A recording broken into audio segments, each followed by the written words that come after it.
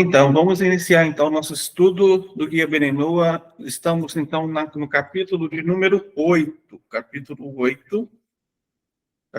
8, estamos no segundo parágrafo.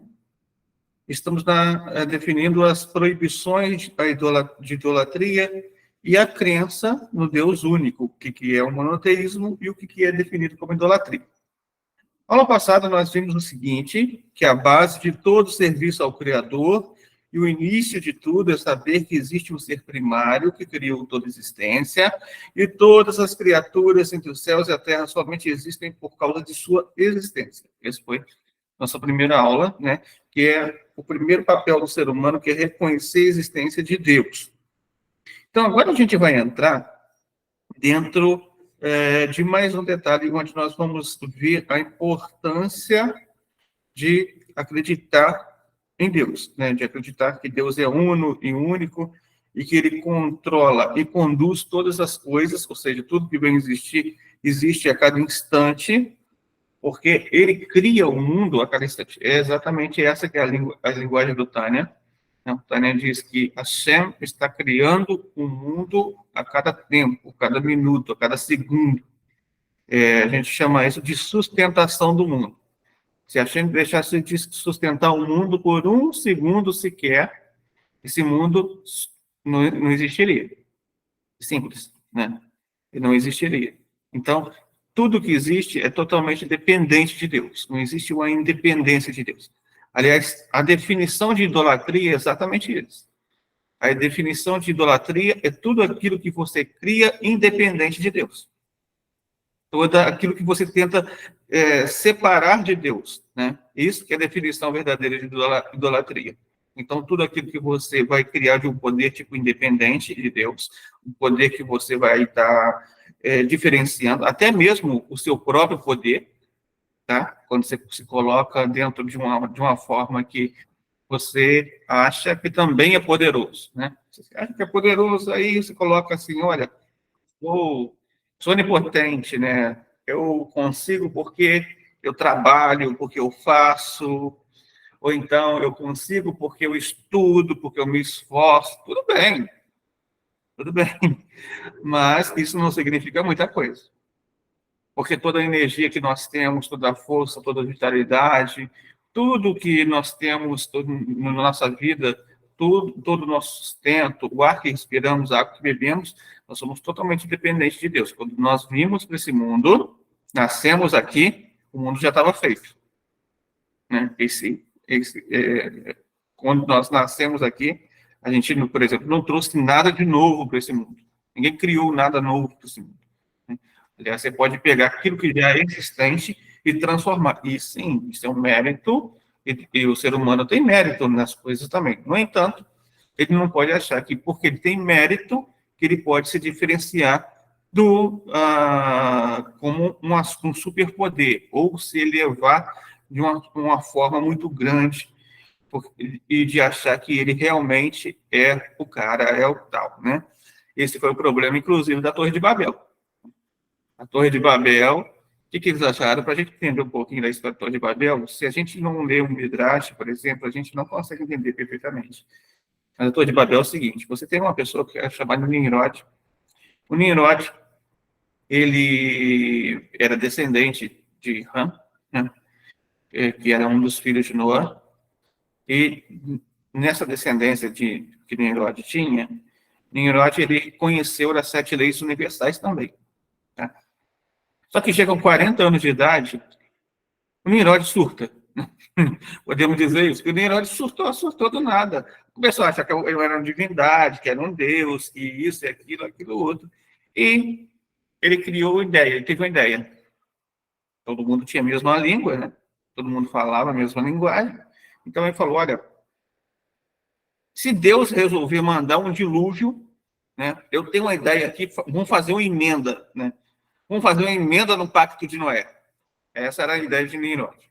Se Deus resolver mandar um dilúvio, a gente faz uma torre muito grande. Estamos protegidos. Construímos uma fortaleza. Quero ver se o dilúvio vai chegar lá. Essa era a ideia. Tá? Apesar de Hashem falar que não ia mandar o dilúvio, enquanto o pacto estivesse sendo estabelecido, e dentro desse pacto estabelecido, cumprir essa lei fundamental, né?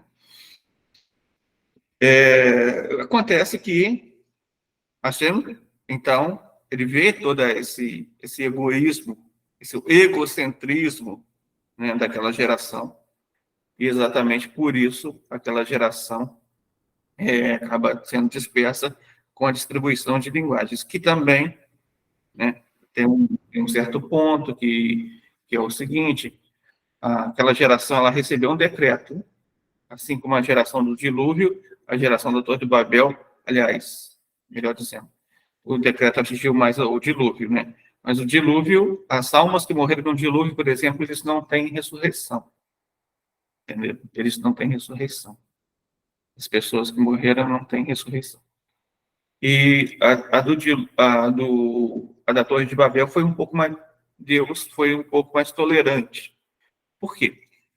Apesar daquelas pessoas serem pessoas que estavam fazendo uma coisa muito errada, eram rebelião contra Deus, no entanto, aquelas pessoas tinham uma característica positiva. A característica positiva era, eles tinham unidade. Eles tinham unidade.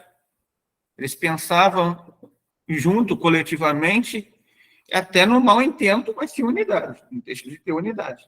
E a Hashem olha até a virtude no ponto negativo que existe. Então, é um ponto que a Torá ela vai dizer sobre todo esse contexto.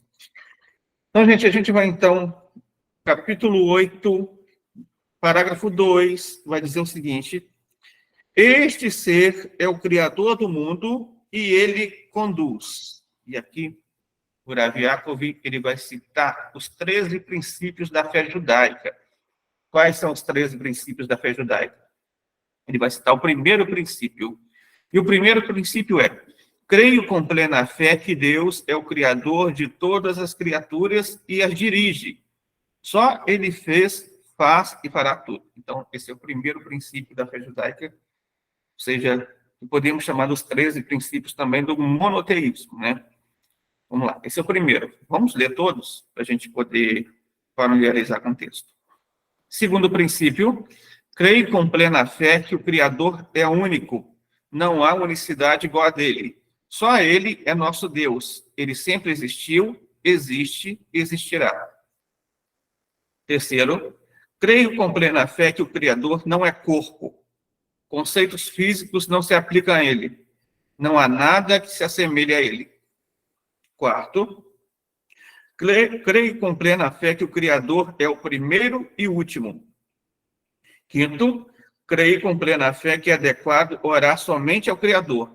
Não se deve rezar para ninguém ou nada mais. Sexto: creio com plena fé que todas as palavras dos profetas são autênticas. Sétimo: creio com plena fé que a profecia de Moshe Rabbeinu é verdadeira. Ele foi o mais importante de todos os profetas, antes e depois dele.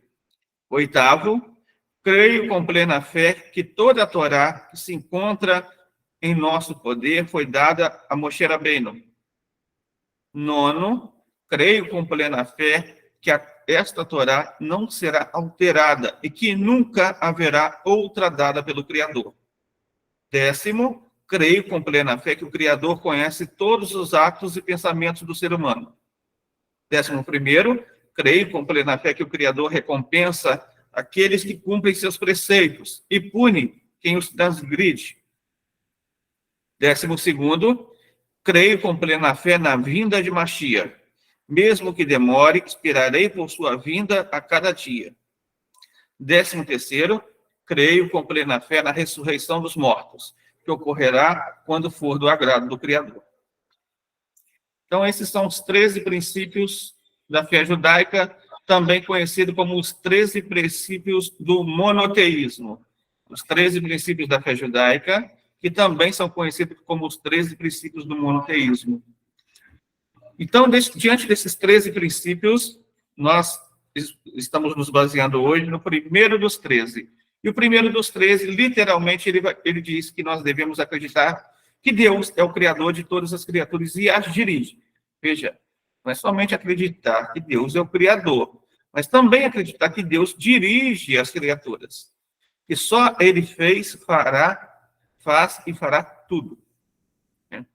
Então, para a gente poder entender um pouquinho sobre esses 13 princípios, a gente vai abrir aqui para vocês, poder estar lendo para a gente também, esqueci de abrir a tela.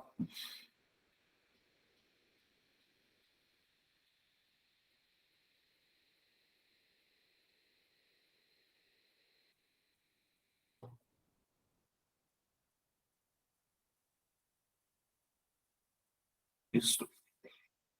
Então, conforme nós estamos vendo, esse é o primeiro, creio com plena fé que o Criador, Ele é o Criador de todas as criaturas e as dirige, e só Ele fez, faz e fará todas as coisas. Primeira coisa. Então, acreditar em Deus, ela vai envolver algumas questões principais. Primeiro, nós não acreditamos que Deus criou o mundo e se retirou dele. Esse é o primeiro conceito. Nós não acreditamos que Deus criou o mundo e se afastou da sua criação e se tornou inacessível. Esse tipo de pensamento é chamado como agnosticismo. E nós não acreditamos nessa forma de pensar. Ou seja, para nós, Deus sempre está presente em todos os mundos espirituais, em todos os mundos físicos, em tudo que existe e mais. Não é que Deus existe no nosso mundo, muito pelo contrário, é que nós existimos em Deus. Ou seja, Deus preenche tudo, tudo, tudo, que para tudo existir, para que tudo possa ocorrer, existir, né? Ele é absoluto em tudo. Ele emana tudo que existe. Não existe nada ou nenhum lugar que eu possa me esconder da presença divina. Salmo 139 vai dizer exatamente isso. O salmista vai falar: onde eu vou subir, onde eu vou descer, e não vou encontrar a presença de Deus. Então, é impossível. Deus, então, ele está em todos os lugares, e não existe nenhum lugar que Deus não esteja. Então, nós devemos acreditar que Deus, ele é aquele que preenche todas as coisas. Não somente isso, mas que Deus rege. Tá? É claro, o texto do Maimônides vai dizer, e as dirige. Olha só, Deus não somente ele criou o mundo, mas ele providencia, provê e sustenta esse mundo do jeito que ele existe a cada instante. Se não fosse a existência de Deus assegurando a nossa total sobrevivência deste mundo, nós não existiríamos. Primeiro, porque as condições de existir nesse universo, no universo em geral, é hostil. Vamos falar a verdade. Então, esse é o primeiro ponto, a hostilidade. Então, vamos lá. Ainda que a gente não possa assegurar se existe ou não existe vida em outros lugares, em outros planetas, ainda que a gente não possa confirmar, né, que o judaísmo tem esse espaço para a pessoa acreditar ou desacreditar nesse ponto, né? Então, a gente pode dizer que não é seguro uma vida dentro do sistema solar, onde você tem um planeta que tem que girar em torno dele mesmo, em torno do Sol, e tem que, para a segurança também, para que a Terra possa estar recebendo a energia vital, que tenha um seu satélite principal que gira em torno da Terra, e que isso tem que se dar continuamente, num lugar onde você tem chuvas de asteroides, meteoros, meteoritos, inclusive que bombardeiam a Terra 24 horas, né? Os meteoritos bombardeiam a Terra 24 horas. Então, você tem que ter algo que assegure a existência e te dê segurança sobre isso. Os outros planetas, você sabe diretamente, a todo momento, sobre, por exemplo, um asteroide que caiu em Júpiter, fez uma cratera, um asteroide que acertou outro, uma estrela de nêutrons que, de repente, explodiu e acabou com a galáxia inteira. Então, para sobreviver em todo o seu universo, se você não tem algo que é absoluto, as condições de sobrevivência seriam impossíveis. Então, esse é o primeiro fato.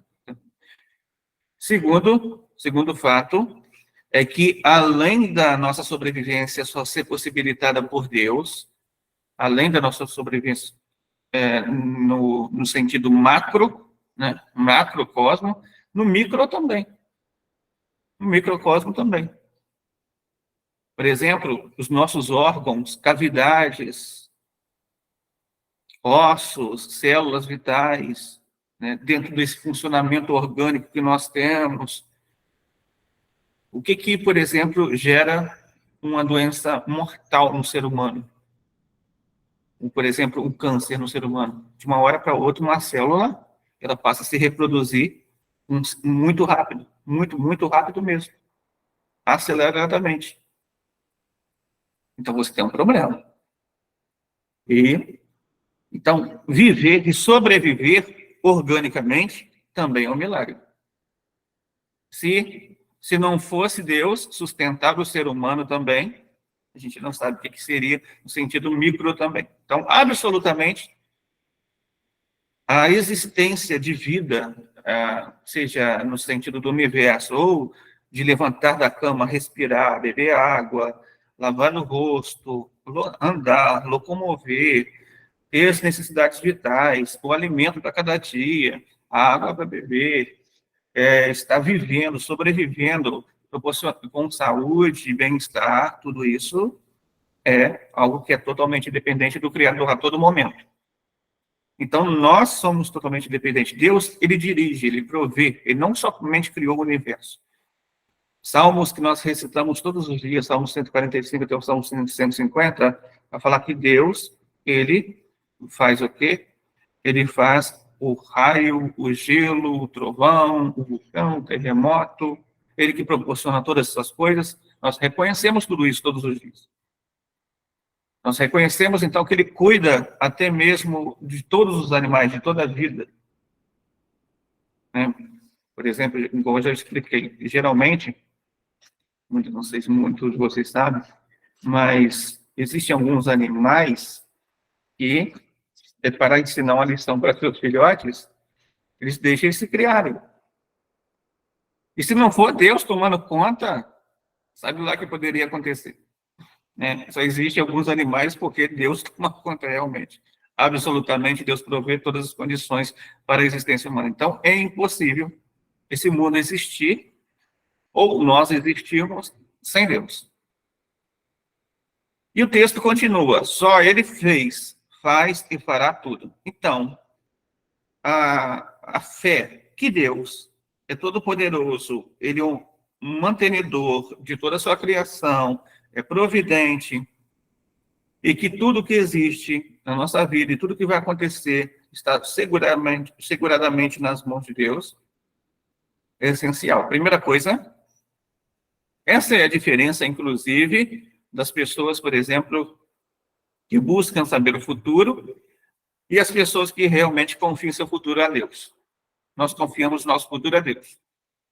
Nós entendemos que devemos buscar a Deus, devemos reconhecer que Ele sempre é o provedor de todas as nossas situações, seja passado, seja presente, seja futuro, Ele sempre vai proporcionar para nós o melhor. Quando nós temos uma fé convicta em Hashem, e nós reconhecemos que Ele sempre vai nos proporcionar o melhor, nós não temos a necessidade, por exemplo, de investigar acontecimentos que virão. Quando eu falo investigar, não pensa eu estou falando que vocês não podem ver a previsão do tempo, ou algo assim, não, isso daí pode, isso tem problema, ou pode ver como que está a probabilidade de um terremoto, sim, isso daí tudo bem, estou falando no sentido, né, no sentido espiritual da coisa. Deus é o mantenedor de todas as coisas e nós devemos ter uma fé totalmente alicerçada nele. O parágrafo 2, ele vai continuar, do Guia Beninu, e vai dizer, e controla o mundo com todas as criaturas a cada instante. Aqui, o Rav Yaakov, ele está citando, na verdade, ele está citando aqui o Tânia, que é Shai Yakud Varemuná, ou seja, o portal da unidade da fé, capítulo 2, segundo livro do Tânia, no capítulo 2. Nós estaremos mostrando para vocês aqui agora. Bom, esse texto também. Deixa eu só agora mudar aqui, fechar esse para abrir o outro.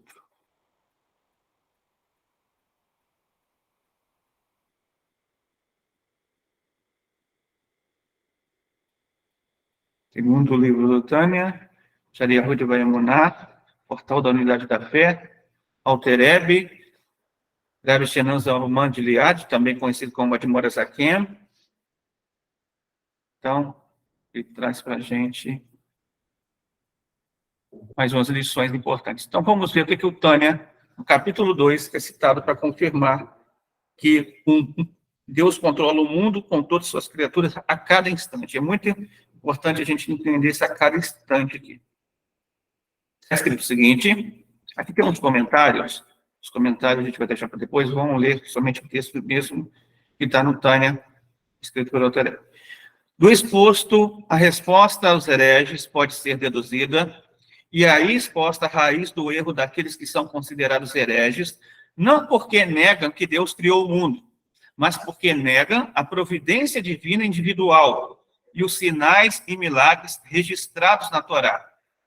Eles erram em sua falsa analogia, ao comparar a obra de Deus, o Criador do céu e da terra, com a obra do homem e seus esquemas. Continuando. Quando um ourives completa um vaso, esse vaso não depende mais das mãos do ferreiro.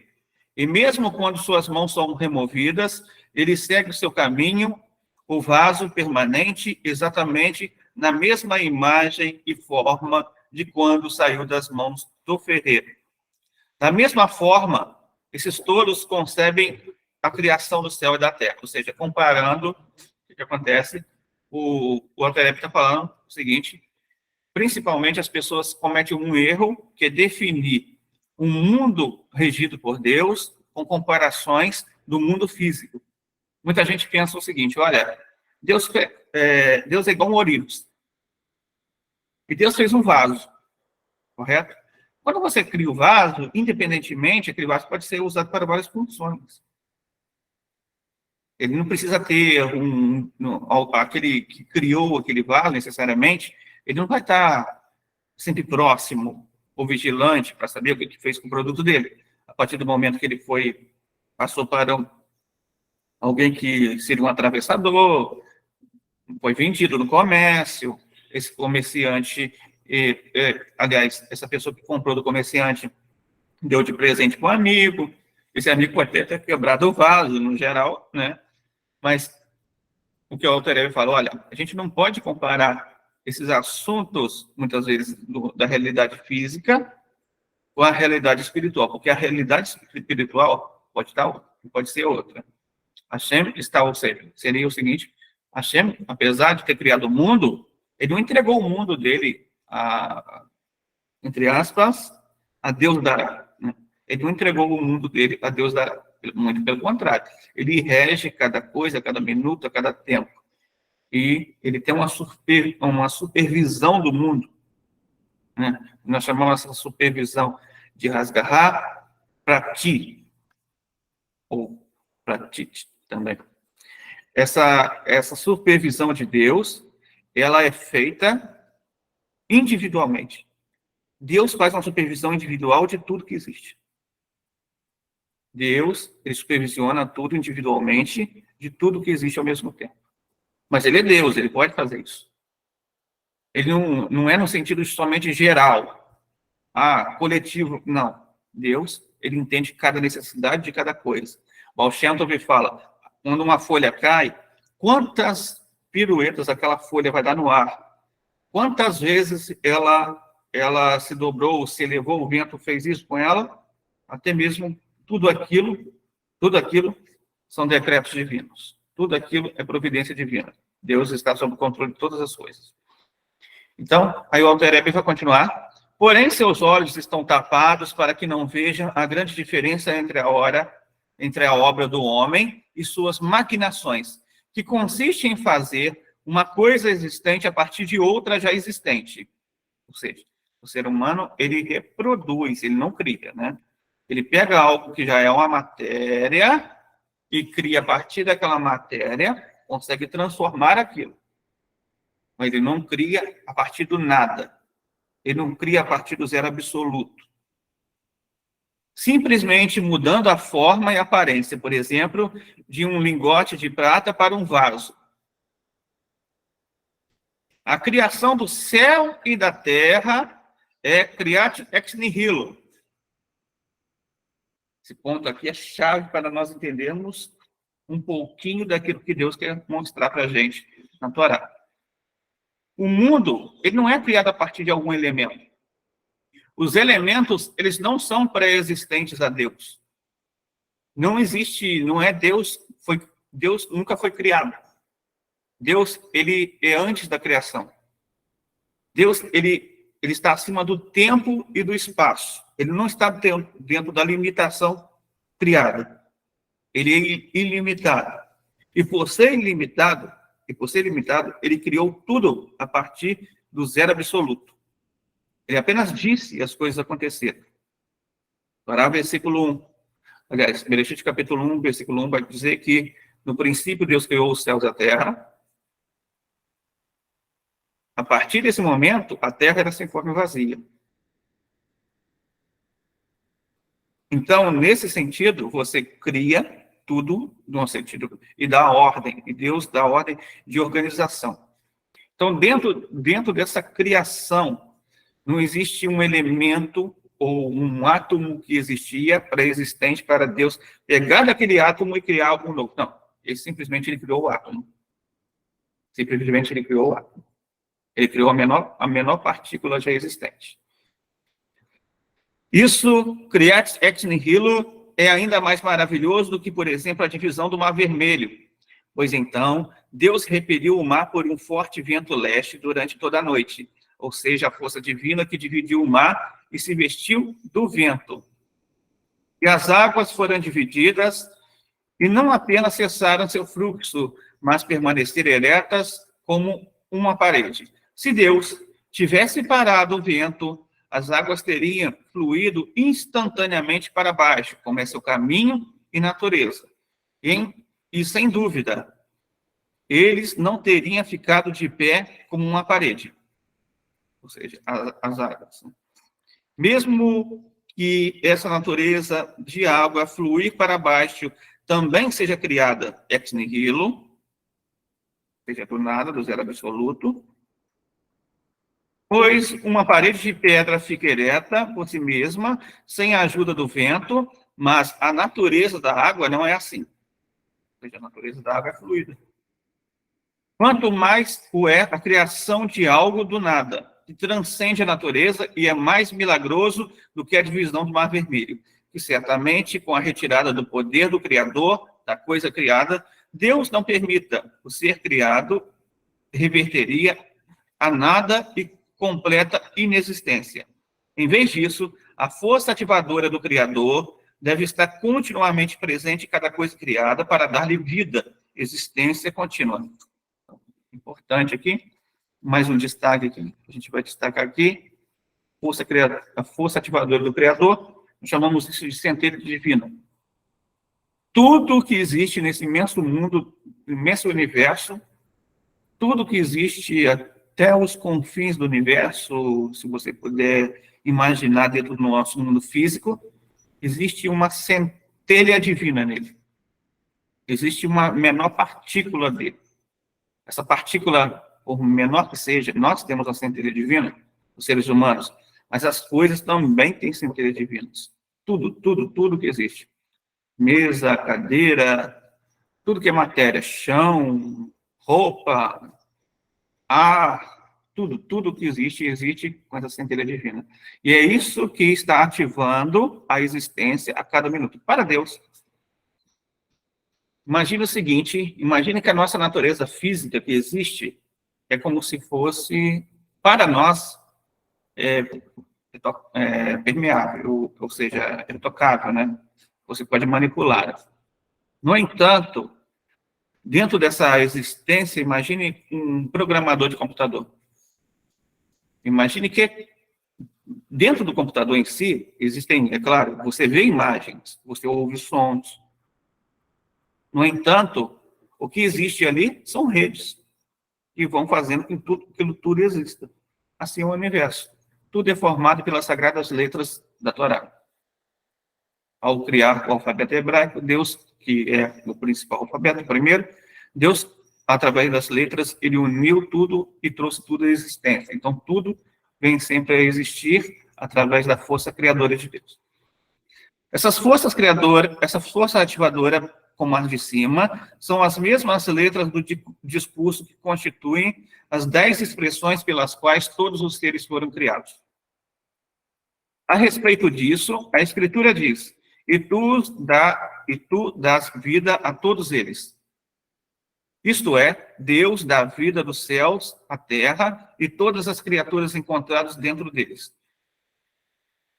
Leia, não dar vida, mas trazer à existência, isto é, ex nihilo. A palavra aqui vai ser a palavra atá, você, indica todas as letras do Aleph. A primeira letra do alfabeto hebraico, a Tav, a primeira letra do alfabeto hebraico, a Aleph, até a Tav, que é a última, né? A última, que é a última letra do alfabeto. A letra Rei, da mesma palavra, alude aos 5 órgãos da articulação verbal, isto é, laringe, palato, língua, dentes e lábios, que são a fonte das letras. Embora ele, ou seja, Deus, não tenha nenhuma semelhança corporal, a própria Escritura se aplica explicitamente a ele em termos antropomórficos, como Deus falou, ou Deus disse, atribuindo assim a ele letras e fala. E isso, o significado de Deus falou, ou Deus disse, é a revelação das 22 cartas sublimes aos profetas. Essas letras sublimes estão envoltas no intelecto e na compreensão que podem ser encontradas em sua visão profética. E estão envolvidos também em seus pensamentos e palavras, como está escrito: o Espírito de Deus falou dentro de mim, e sua palavra está em minha língua. Como foi explicado pelo Arizal em Shahanevoah, né? Claramente existem letras e palavras acima das quais são capazes de serem criadas no pensamento e na fala dos profetas. Semelhante a isso, é o investimento das palavras nas coisas criadas. Como está escrito, pela palavra de Deus foram feitos os céus, e pelo sopro de sua boca todo o seu exército. Exceto que o envolvimento das letras em seres criados ocorre através de numerosos, poderosos acima, até que as letras alcancem o mundo corpóreo de Asiá, que é o nosso mundo físico aqui, tá? Nosso mundo material, que também seres corpóreos, ao passo que a apreensão dos profetas está no mundo de Atzilut, que era o ápice dos mundos divinos, quando ela se veste no mundo de Beriá, que está abaixo do mundo de Atzilut. Seria o mundo dos anjos.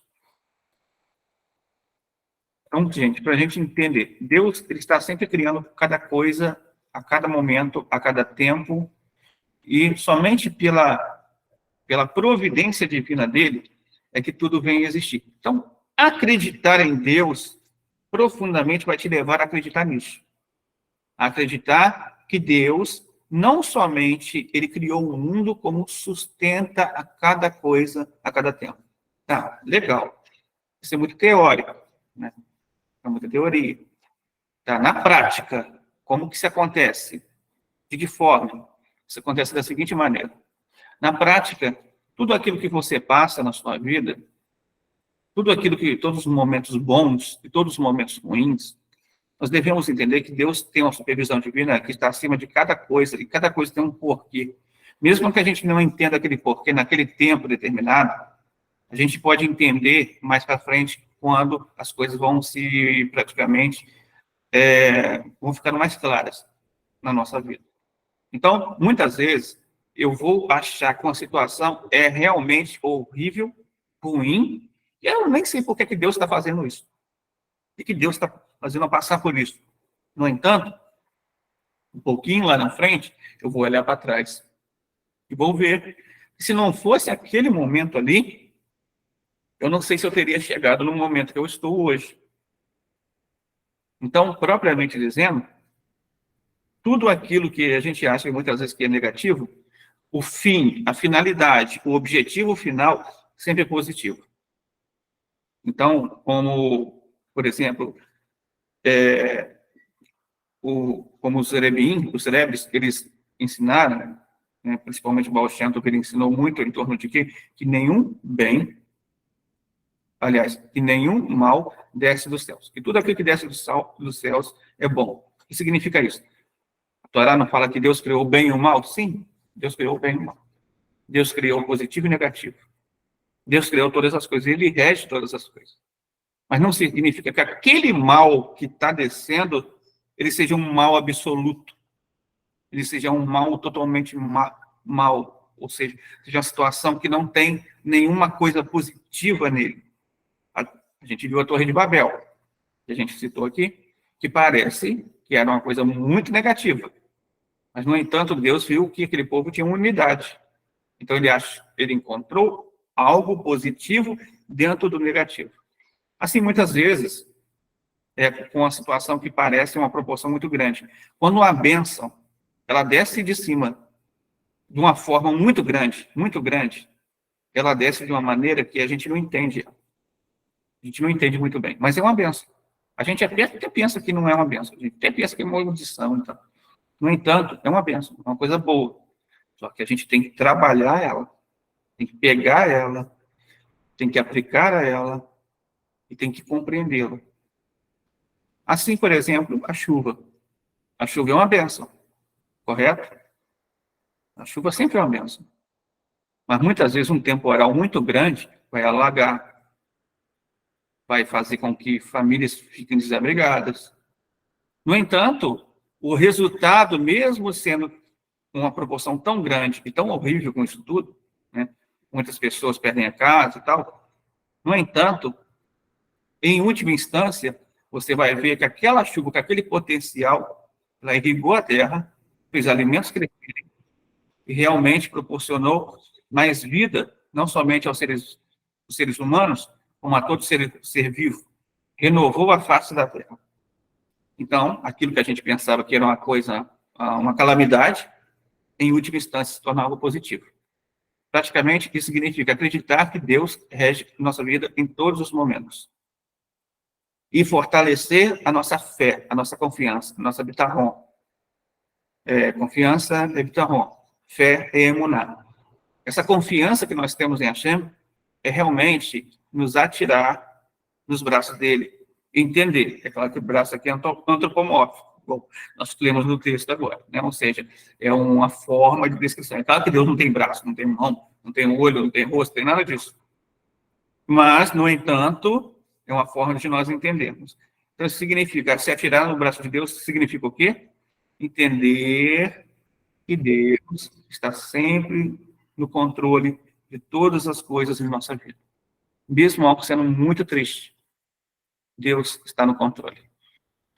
Então, essa é a leitura principal do Guia Benenoa de hoje, que a gente está trabalhando aqui. A gente vai, então, agora abrir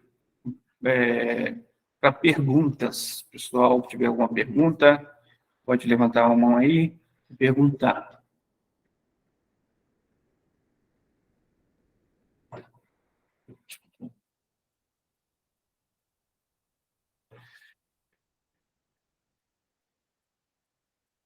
Elaine, pode falar.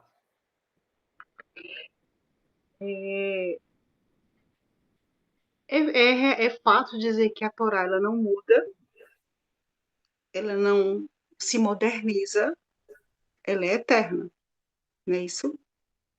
Isso.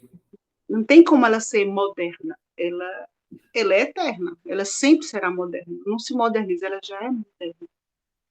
Porque às vezes as pessoas querem dizer, mas a gente está em 2023, a gente está em outro século, vive outras situações, tem que mudar. Não, ela não se moderniza, ela é eterna, não é isso? Isso.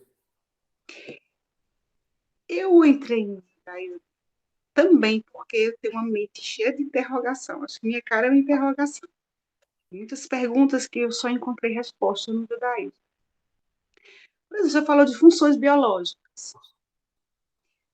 Ela tem uma função espiritual, não é só material. Toda função que a gente tem, seja no material, ele tem uma ligação com o espiritual, não é isso? Isso. Então, seria uma forma de liberar impurezas.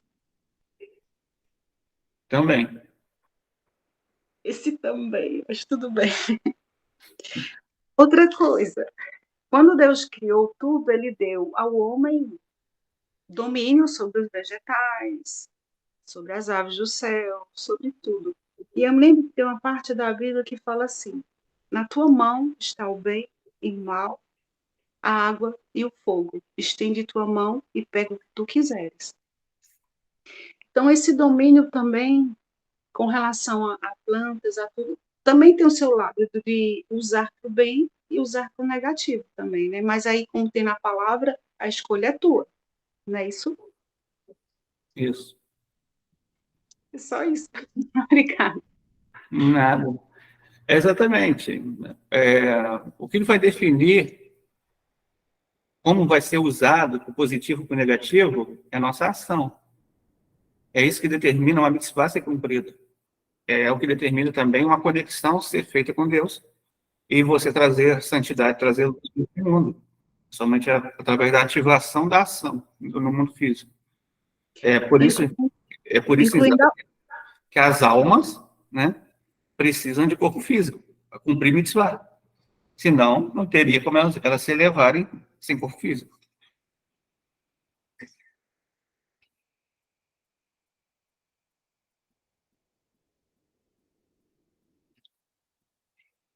Mais alguém? Geraldo, pode falar. More, então, assim, essa explanação que o senhor deu aí leva a lembrar aquele aspecto das três leis, que o judeu, é preferível o judeu se matar do que transgredir, né? No caso aí seria, vou citar, a idolatria, não é? Porque com tanta explicação como essa, e com tanta coisa que a gente vê no nosso mundo, dentro dessas explicações, nos leva a entender que realmente o Eterno é tudo e para todos. Então, seria, no caso dele, no caso do judeu cumpridor da Torá, uma vergonha e uma injustiça ele transferir a adoração dele ao Eterno para uma coisa criada, ou uma coisa que, de repente, ele viu ali, ele acha que aquilo é um Deus e vai fazer a idolatria. Então, eu entendi nesse ponto que realmente ele entende isso aí como uma coisa angustiante, uma injustiça para com o Eterno, porque o senhor citou a chuva. Vamos dizer assim, a chuva vem das nuvens, aí no solo corre para o rio, aí vem para nossas casas, tudo bem. Mas agora imagine, lá em Gênesis 1:26, o Bereshit, o Eterno falou: sede fecundo, crescer e encher a terra, não é? Agora, o Eterno preparou a terra para produzir o alimento para o homem, porque se ele simplesmente falasse assim, sede fecundo e encher a terra, mas não preparasse a terra, porque viria muita gente a viver na terra, para alimentar esse povo, como é que ficaria? Não é? Então, a chuva molha a terra, você plantou uma semente lá qualquer. Para aquela semente germinar, precisa estar úmida. Para ela crescer, precisa do sol. Então, é uma coisa tão complexa, tão bonita, que realmente torna-se algo insuportável para um judeu autêntico, não é? Fazer uma idolatria em reconhecimento dessa grandeza do Eterno, não é isso? Isso. Na verdade, não é se matar, é ser martirizado, né? Ele prefere ser martirizado do que, de repente, eles praticarem uma idolatria. Exatamente. É uma coisa realmente... Por quê? Porque é uma ingratidão a Deus, a idolatria. É um roubo a Deus, principalmente. É uma afronta a Deus. É uma agressão à divindade. É uma agressão à divindade. E a gente vai ver que todas as 7 leis, principalmente, elas vão se conectar com esse princípio, com os atributos divinos. Por exemplo, por que nós não praticamos idolatria? Porque nós acreditamos que somente Hashem é o único e único, é o criador de todas as coisas. Ele fez tudo que existe, não existe nada além dele. Então, esse princípio de acreditar que ele rege todas as coisas, que ele é todo-poderoso, se conecta totalmente com o princípio da primeira lei. Segunda lei é qual? De você não praticar blasfêmia. Enquanto a idolatria é você adorando algo que muitas vezes as pessoas não conhecem, né? Na verdade, são pessoas que não conhecem. A blasfêmia não. A blasfêmia, a pessoa tem um conhecimento, mas se revolta contra o próprio Criador. Né? Esse outro princípio aí, essa revolta contra o próprio Criador, a pessoa não aceita o atributo principal de Deus sobre o mundo de Malhut. Ou seja, que Deus governa o mundo em absoluto. Deus reinou e reinará para sempre. Então, a pessoa, ela se revolta contra Deus. É um ataque, principalmente a Deus. E acaba sendo uma idolatria, porque ela acaba criando um próprio preceito dela, né? Uma forma de adoração que dele próprio, ele se revoltou contra Deus, mas ele criou um próprio egocentrismo dele também. Então, outro, por exemplo, aí você vai pegar, não derramar sangue, né? Que é toda forma de assassinato, suicídio, não abortar, não praticar eutanásia, né? Não agredir o próximo, não fazer também lachonará também é considerado assassinato, e vai ter uma centena de coisas ali. Dentro dessa centena de coisas que a gente vai ter, essa terceira, não reconhecer que Deus é o doador da vida, também é uma afronta contra Deus, e acaba se tornando uma forma dissociada de idolatria também. A pessoa se criou a própria ideia dela, se revoltou contra o princípio da criação, se revoltou contra o princípio que o ser humano foi criado à imagem de Deus. E aí ele acha no direito de agredir o outro ser humano, de fazer mal ao outro ser humano. Entendeu? Então, quando ele faz isso, ele não acredita em inspiração divina. Porque a centelha divina no ser humano significa que Deus inspira. Então, a pessoa se revolta contra isso e não derramar sangue. Não roubar, por exemplo. Né? O que é roubo? Propriedade.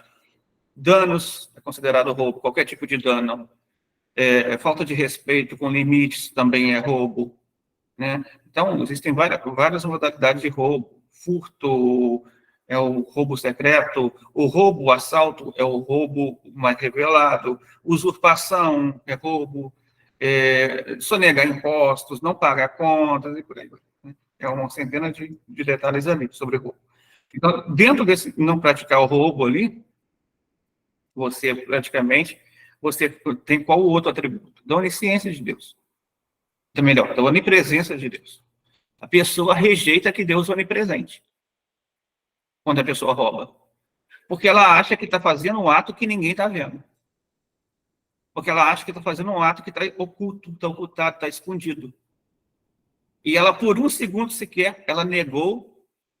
O quê? Negou que Deus é absolutamente onipresente. Aí você vai ter mais uma lei, que vai ser a próxima, vai ser a de não praticar imoralidade. Né? Ou seja, a falta de respeito pela ordem da criação que Deus estabeleceu. Deus estabeleceu uma família. Dentro dessa família é composto de pai, mãe e filhos, né? Macho, fêmea e filhinhos, não é verdade? Então, isso é uma família, correto? Logo, dentro da existência dessa família, você tem regras. Por exemplo, você tem que ter um ambiente seguro, onde a criança vai saber identificar quem é o pai, onde ela vai saber identificar quem é a mãe. Ela vai ter que ter um ambiente seguro também para ela poder entender os certos limites, né? Então, o que pode, o que não pode.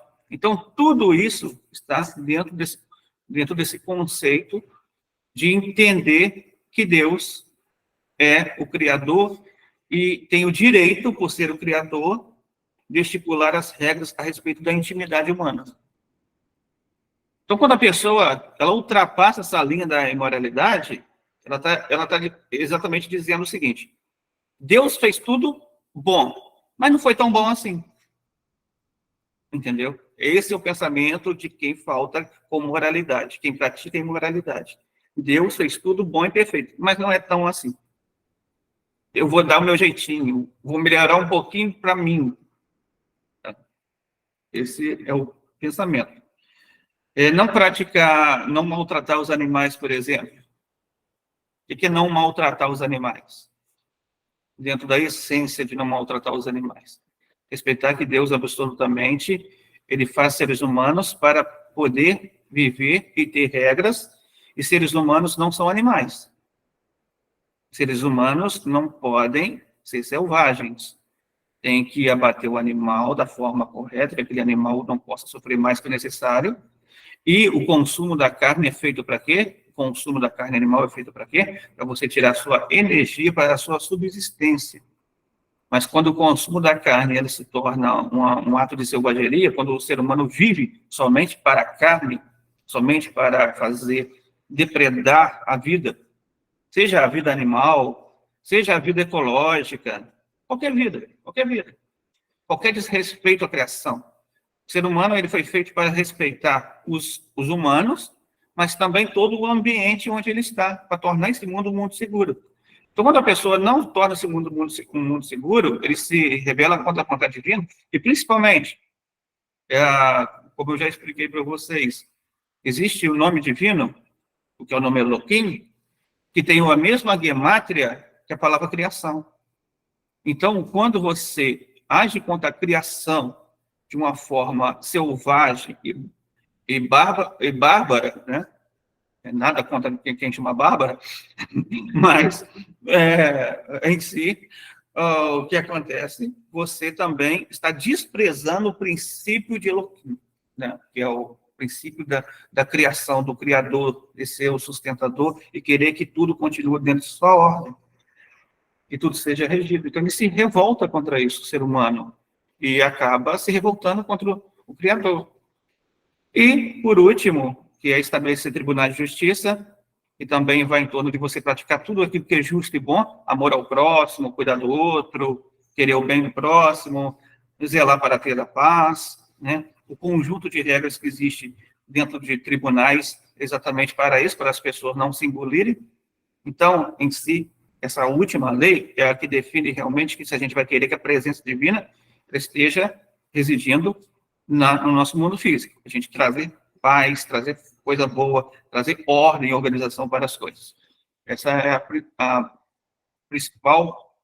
Então, quando o ser humano ele se revolta contra a ordem e organização e contra a justiça dele, a justiça dos céus, falando justiça divina da Torá, quando ele se revolta contra esses princípios, ele praticamente está dizendo, olha, eu estou me rebelando contra qualquer organização, qualquer ordem, qualquer definição, e acha que por isso ele pode se rebelar contra o Todo-Poderoso, porque o princípio de justiça é o princípio de quê? De onipotência divina. Para Deus estabelecer um mundo onde as regras da Torá estipulem o que deve e o que não deve ser. Cada um seja julgado da forma correta. Senão as pessoas se engolem, simplesmente. Então, o não cumprir as 7 leis, em última instância, sempre se torna uma revolta contra Deus.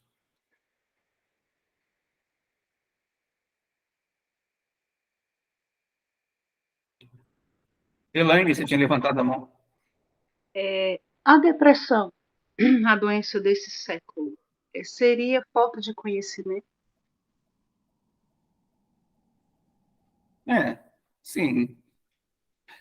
As pessoas... Acho que o conhecimento se tornou tão distribuído, né?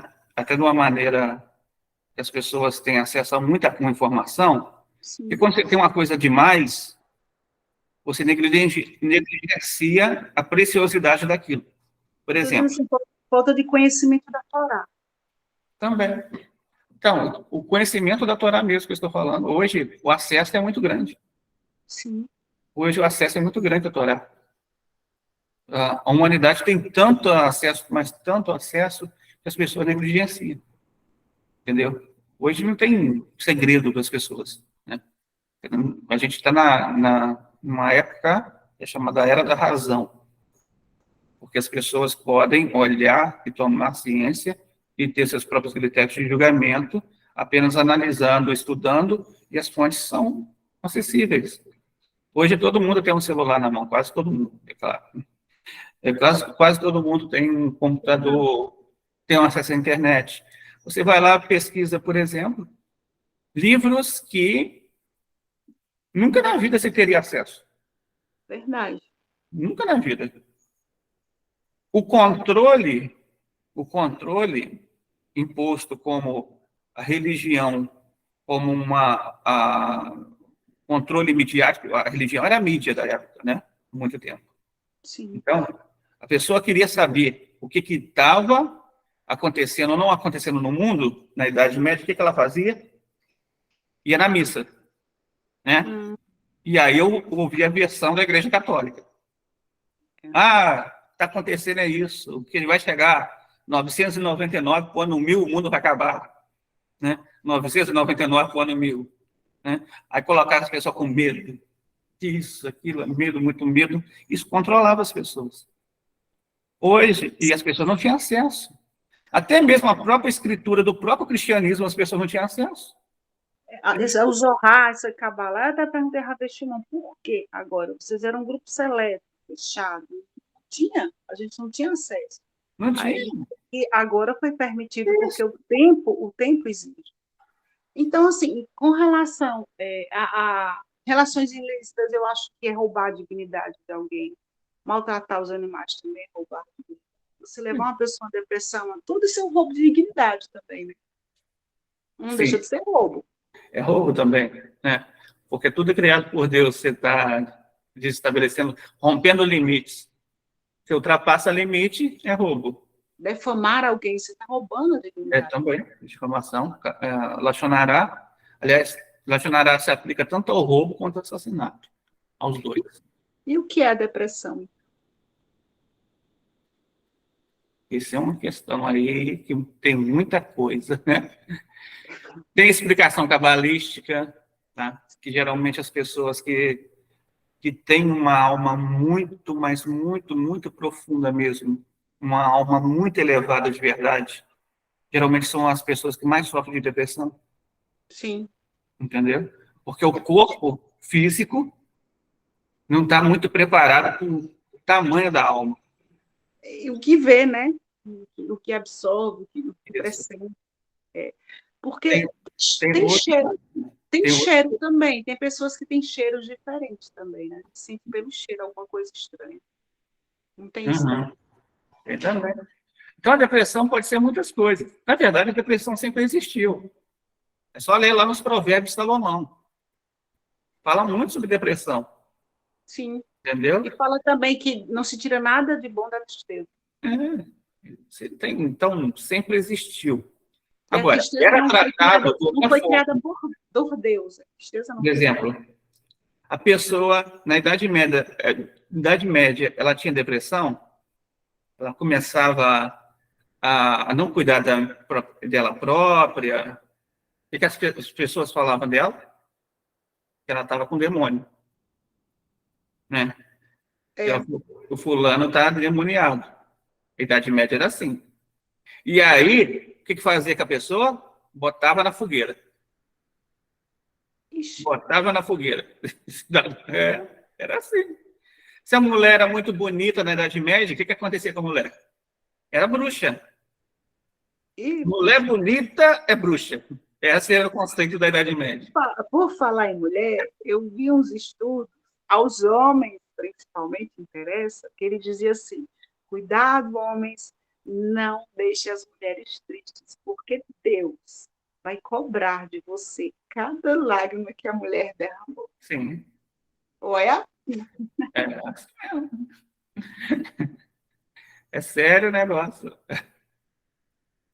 E também que nunca deve olhar para a mulher quando ela está com raiva irada, porque vai trazer coisa ruim para ele. Então é melhor deixar a mulher sossegada, feliz. Esse é o negócio. Mulher, no judaísmo, o judaísmo, de todos os segmentos que você encontrar, nenhum segmento trata tão bem a mulher quanto o judaísmo. Nenhum. Absolutamente nenhum. Se você pegar todas as escrituras que existem, por exemplo, na Torá você não vai ver uma ordem na Torá que a mulher tem que ser submissa ao marido. Não existe uma ordem na Torá.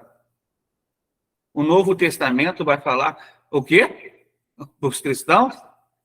Sede submissos ao seu marido como se fosse ao próprio Deus.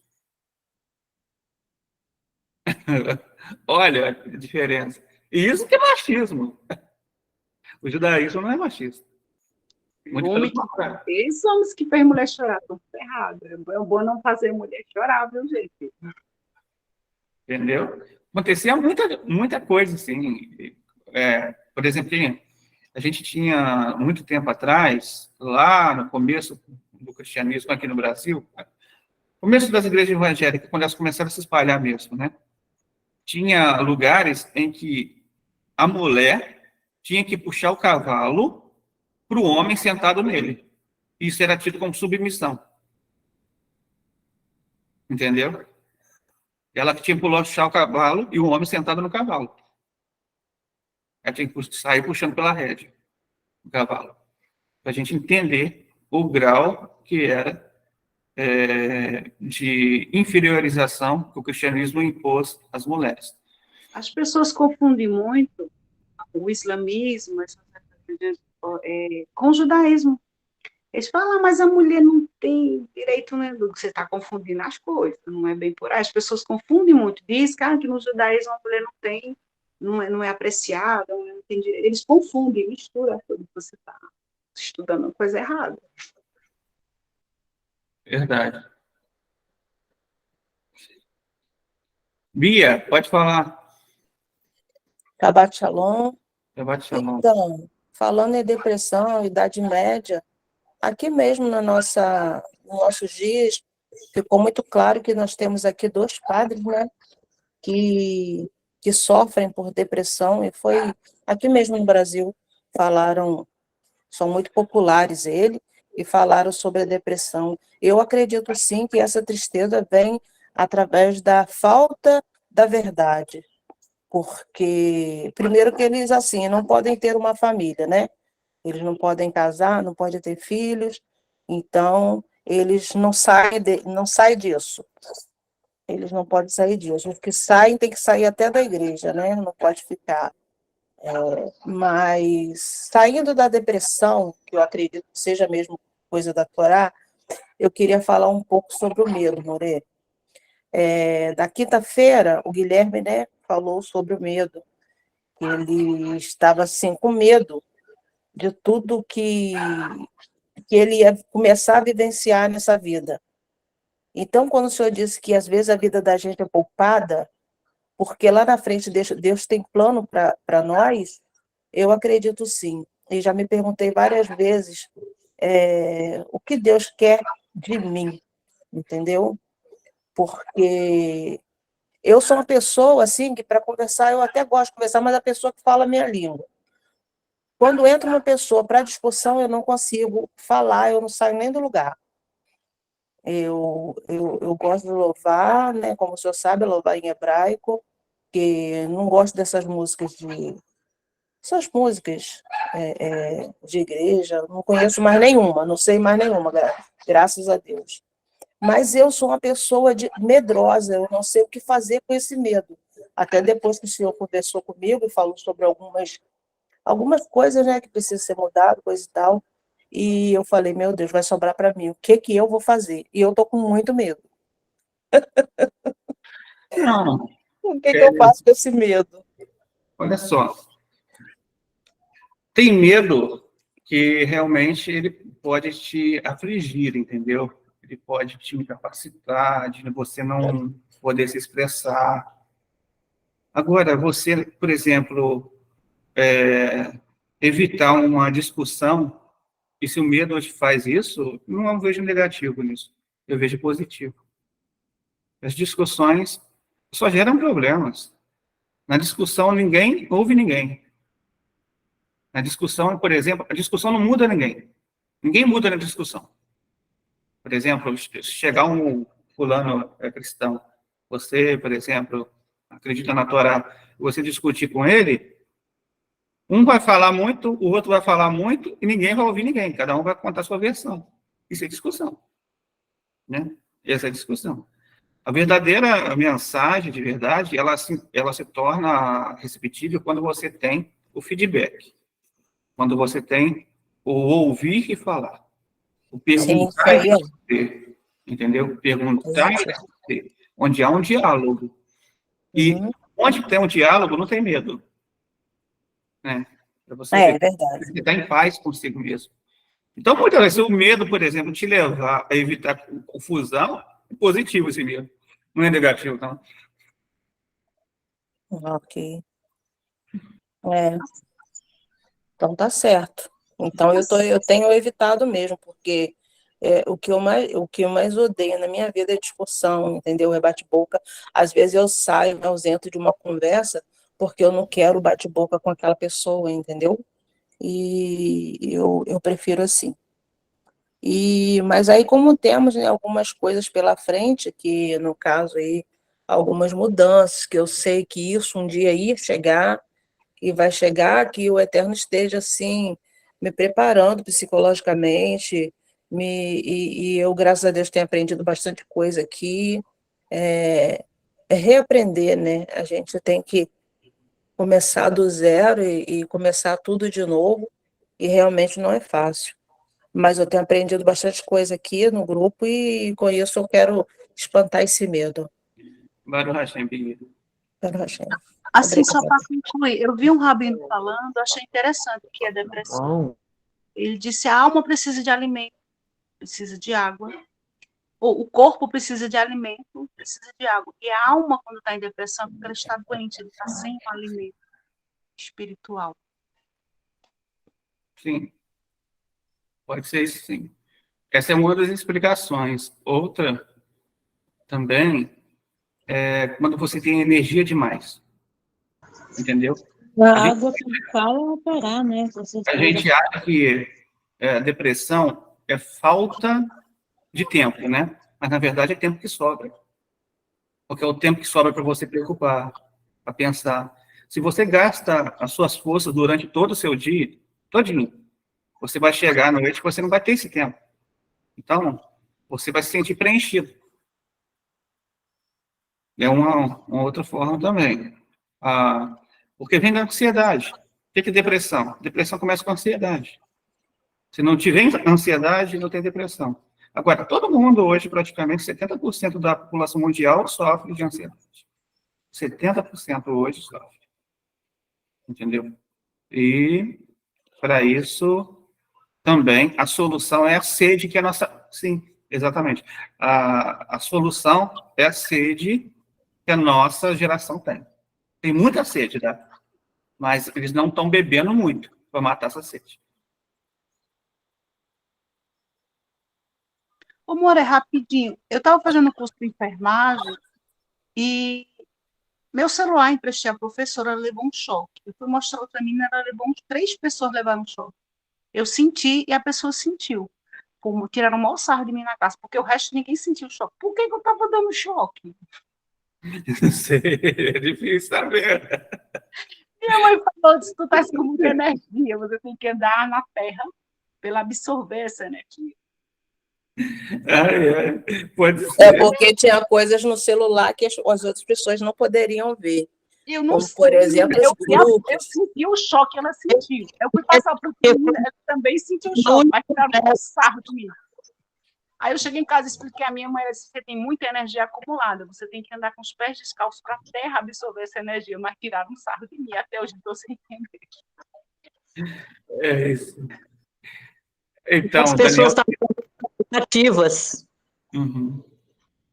Daniel queria falar alguma coisa? Então, eu queria, Moré, Estou falando ele está falando aí de sistema psicológico da mente. O que vem a ser a solidão? Solidão tanto de amor, tanto de relacionamento, tanto da palavra, tanto... O que se deve preencher quando a pessoa está com a solidão que eles falam? Tanto falam. Depende, tem que saber para que é solidão, entendeu? Tem gente que tem solidão que precisa de casar, tem gente que tem solidão porque precisa de companheiro, de amizade. Muitas vezes depende da solidão. Muitas vezes a pessoa pode estar rodeada de amigos, mas está sozinha. Entendeu? Então, para a gente entender um pouquinho sobre isso, a Torá diz o seguinte, a Torá na verdade está lá no Avot, Ética dos Pais, é o seguinte: você tem que colocar diante de você sempre um rabino, você tem que ter alguém para te ensinar, né? E você tem que ter um amigo. Muitas vezes tem coisas que você vai contar com o rabino, mas tem coisas que você não consegue contar, só contaria com um amigo. Então você precisa sempre dos dois, entendeu? E então seria isso. E o que seria aquela palavra que Deus escreve certo por linhas tortas? Essa palavra não está na Torá. Não, eu só estou perguntando. Só ia editar não tá errado, né? Deus nunca fez nada errado. Eu sei que está falando. Na pergunta já está a resposta. Deus nunca fez nada errado. É o seguinte, é que Deus... Vamos tentar interpretar esse ditado popular, né? A ideia seria a seguinte, né? A ideia seria o seguinte, que até mesmo quando as coisas parecem estar se organizando de uma forma que a gente não entende muito, a gente vai entender lá na frente que foi vontade divina. Era isso que eu ia falar. Eu tive depressão profunda, mas depois eu entendi o porquê. Foi muito bom o período que eu passei com depressão, porque eu me aproximei mais de Deus. Eu era uma pessoa que a pessoa olhava assim para mim, eu não olhava no outro dia, já ficava estranha. E depois desse processo, que eu passei muito tempo só, as pessoas reclamavam, eu não tive coragem de ver, disse, não tem problema. Era só eu e Deus naquele momento. Hoje eu sou mais tranquila, foi um processo para mim. Foi um renascimento. Por que, Morena? Em 3 meses eu me recuperei. Sim, sim. E eu Porque disse, porque em 2019 eu sofri um mal súbito. Fiquei 45 minutos lá, morto praticamente, e o Hashem me reviveu. Então, eu vivi um espaço desse tempo, onde para trás eu era uma pessoa que vivia, fazia isso. Agora, daqui para frente, as coisas mudaram na minha vida, né? Então, eu estava assim, por que aconteceu comigo, né? Por isso que eu estou perguntando isso para você, que Deus escreve certo por linhas tortas, né? Que ponto que a gente pode colocar isso hoje nas nossas vidas, né? Sim. Você aprendeu lições que você pode estar usando hoje. Talvez a mais importante lição que você aprendeu é ter controle sobre a vida, administrar bem o tempo, lembrar que a gente não está nesse mundo para sempre, pode acontecer alguma coisa, entendeu? Sempre estar conectado com Deus é o fundamental de tudo. Como diz o rei Salomão, né? O sentido principal da vida é qual? Temer a Deus e cumprir os mandamentos. Certo, obrigado, Morena. ô Daniel, tem uma frase que é parecida com essa. Deus sabe o que faz e a gente não sabe o que diz. Felipe, pode falar. Oi, boa noite, shalom a todos. Sobre discussão, eu achei um texto interessante aqui, Provérbios 23:9. Não fale com um tolo, porque ele desprezará a sabedoria das suas palavras. Sei lá, de repente serve aí para colega. Um abraço. Muito bom, Felipe. E como serve?